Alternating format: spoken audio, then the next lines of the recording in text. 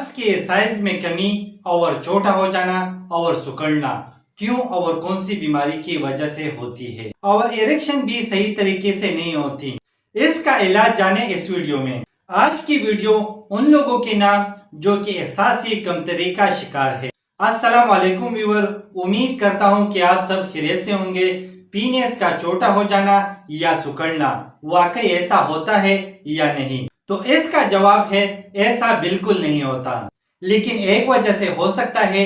अगर आपका वजन बढ़ा हुआ है तो इसकी वजह से हो सकता है। अगर आप वेट गेन करते हैं तो हमारा एक्स्ट्रा पेट जो है वो ताई पर इकट्ठा होती है और जब पेट बाहर आना शुरू हो जाता है तो इस कंडीशन में पीनेस अंदर की तरफ जाता है, क्योंकि हर तरफ पेट जमा हो जाती है और इस कंडीशन में भी इरेक्शन का मसला होता है और आपको ये महसूस होता है कि आपका नफ्स छोटा हो गया और सिकुड़ गया और इसका रीजन सिर्फ यही हो सकता है।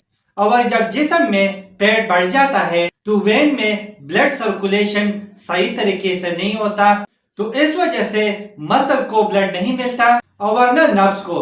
इस वजह से इरेक्शन का मसला होता है और इस मसले के लिए किसी भी डॉक्टर के पास जाने की जरूरत नहीं है। आपने सिर्फ और सिर्फ अपनी वजन को कम करना होगा तो इंशाल्लाह ये मसला ठीक हो जाएगा।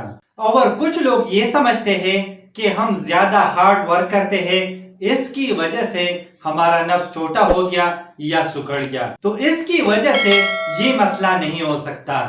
ज्यादा सख्त काम करने से टेस्टोस्टेरोन लेवल कम हो सकता है और इसके अलावा स्पर्म काउंट कम हो सकता है, क्योंकि इसकी वजह से ज्यादा एनर्जी वेस्ट होती है, लेकिन नफ्स का छोटा होना या सिकुड़ना नहीं हो सकता।